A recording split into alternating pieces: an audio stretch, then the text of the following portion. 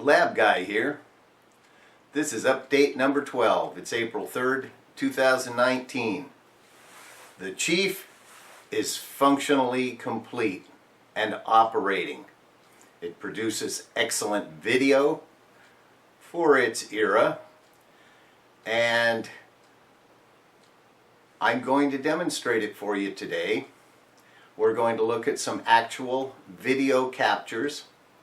I will not be narrating. There'll be some soft music playing for your enjoyment, and all the information will be provided by insert text. Because who wants to listen to my croaky old voice all day? So enjoy the following video captures and close-up looks at the Chief.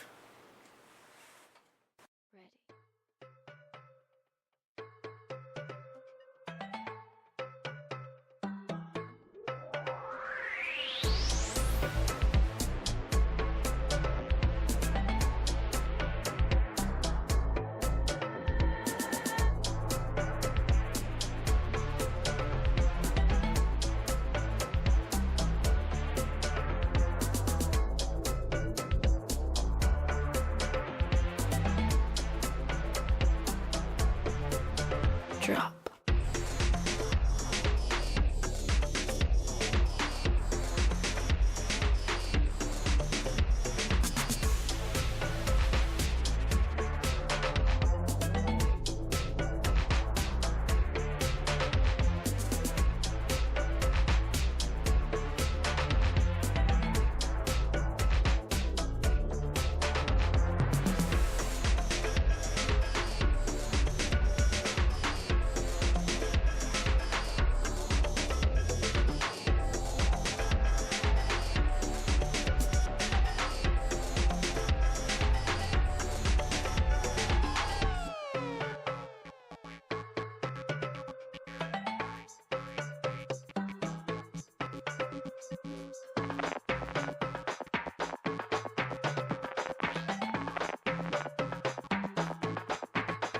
Drop.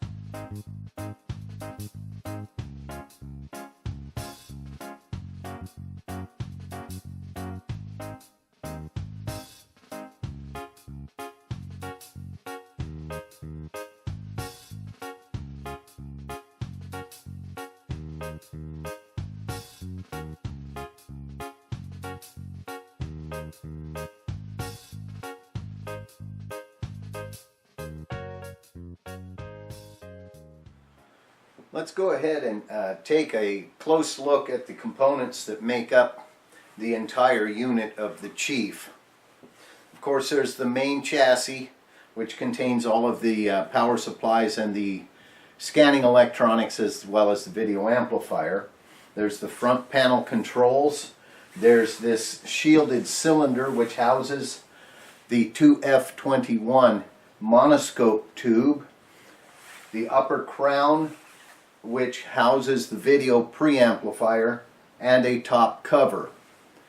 So let's start with the controls. There is a 3-position power switch which has an off position. The middle position is called standby, and that turns on just the 6-volt transformer that runs the heating element or filament inside the 2F21 tube, which allows the cathode to warm up before we turn on high voltage. The full on position turns on the remainder of the power supplies, which then activates scanning, high voltage, video amplification, beam blanking for the tube, and so on, or full operation. The first control is the beam control.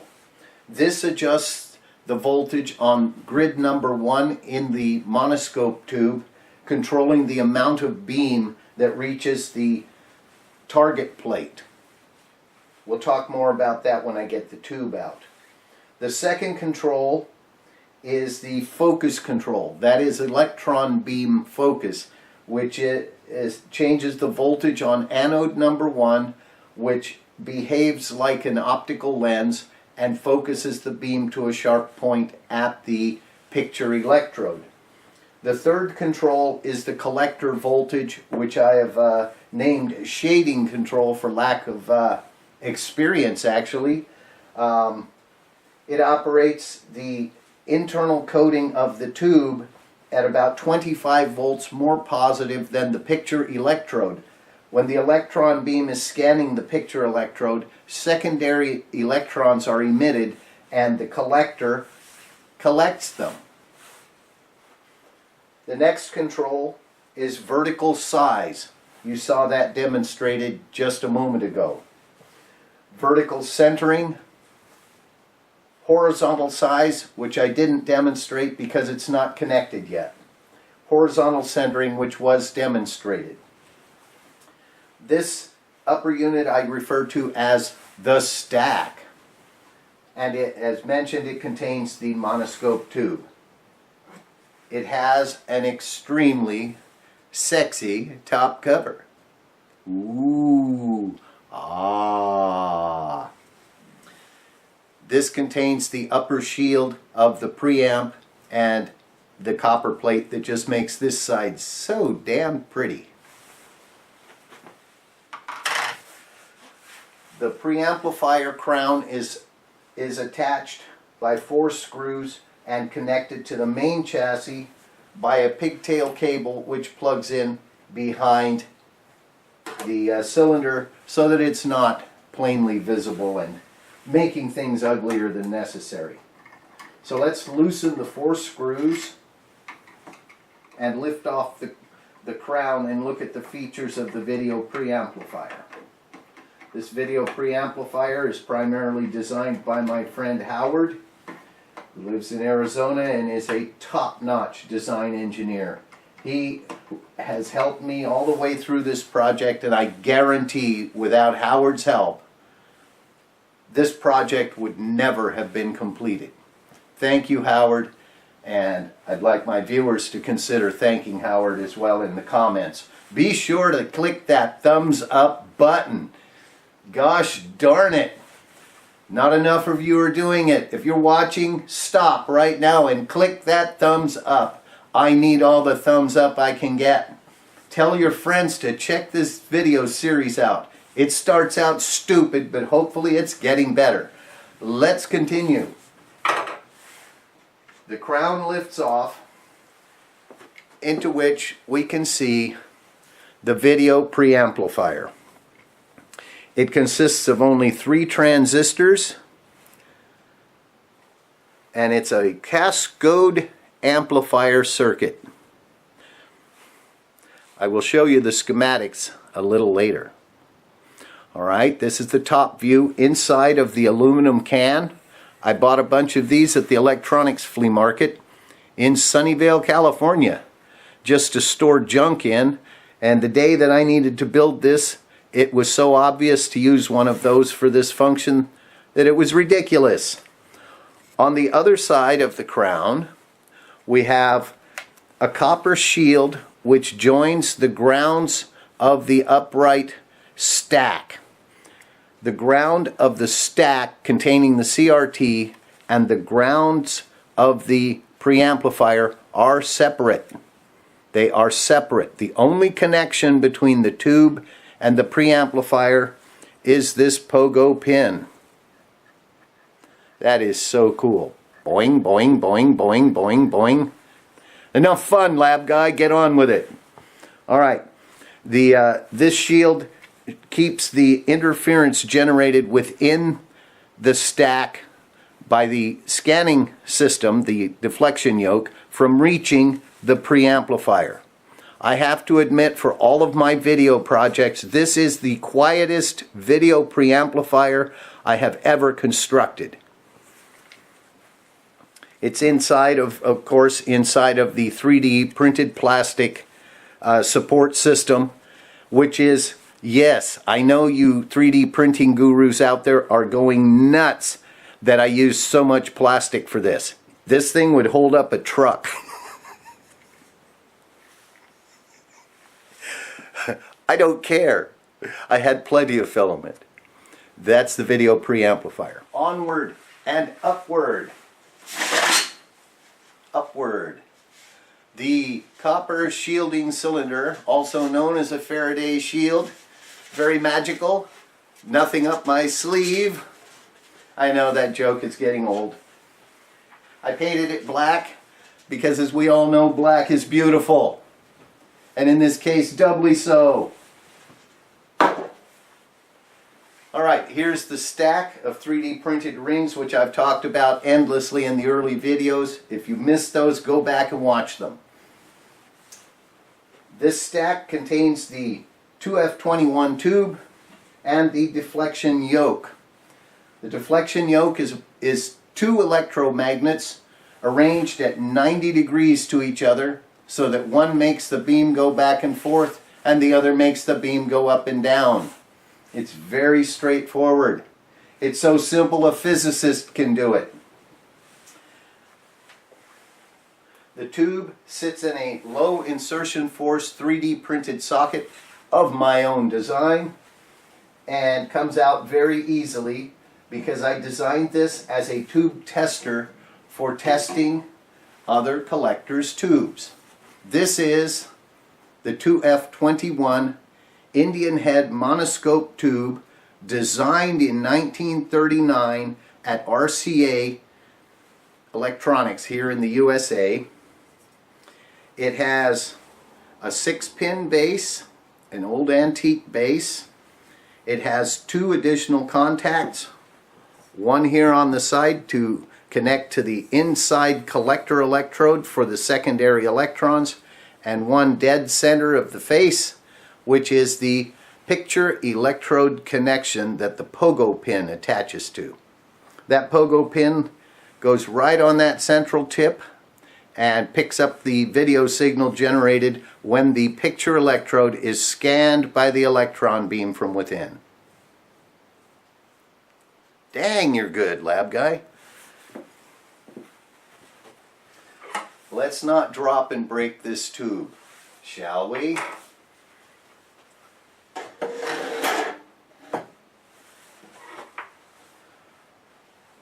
Alrighty then, let's have a look underneath at the internal electronics. Here we're looking at the underside of the box.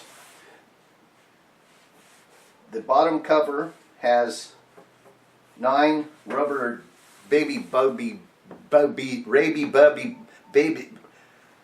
rubber baby buggy bumpers mounted to it so that the thing won't slide off the table during the next big one here in Silicon Valley.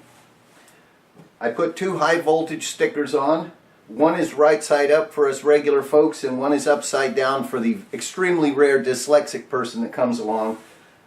Believe every word of that sticker. This thing will kill you. Bottom cover just pops off, revealing all. And once again, we warn you.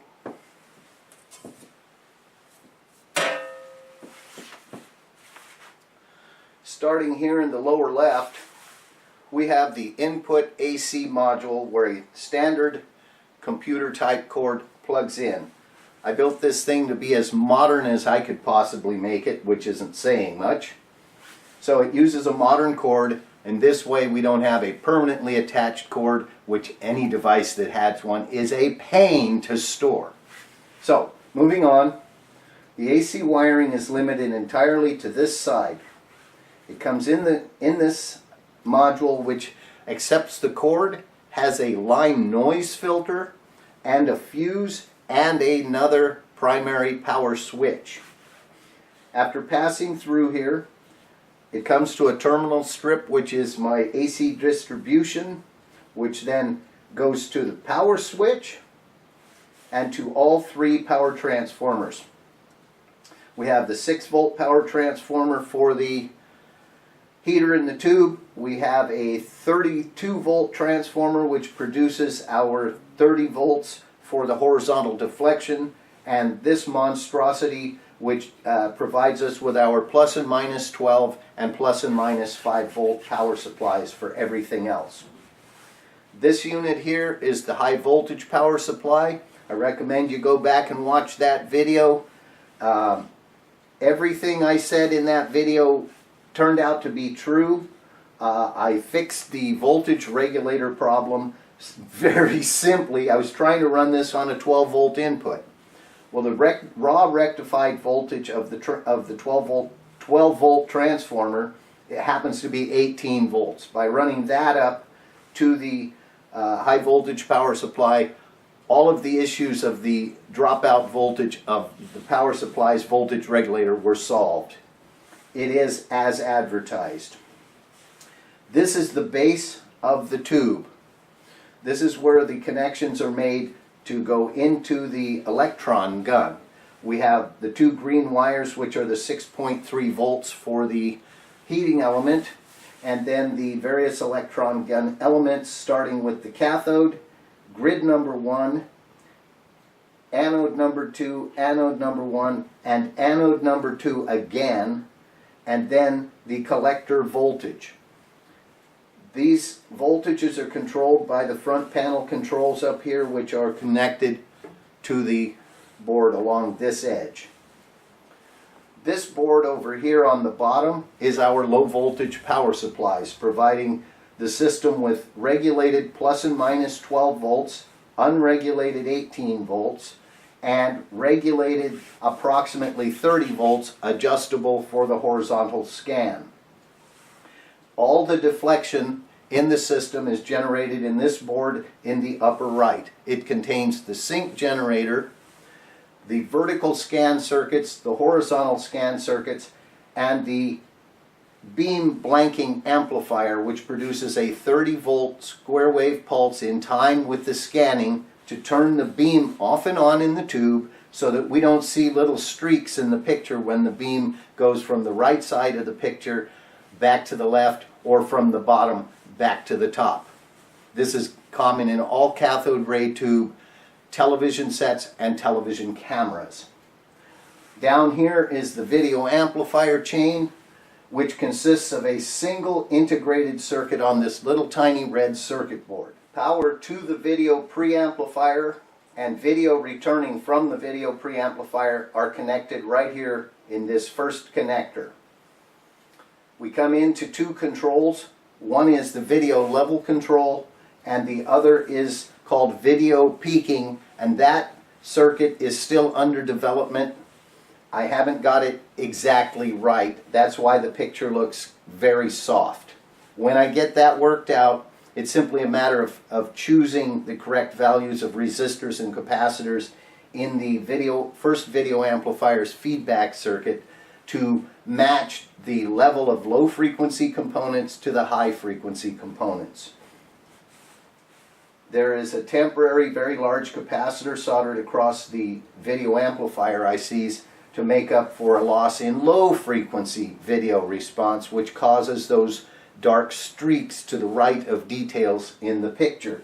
This board is still under development, and in fact, I believe 4 days ago this board didn't exist.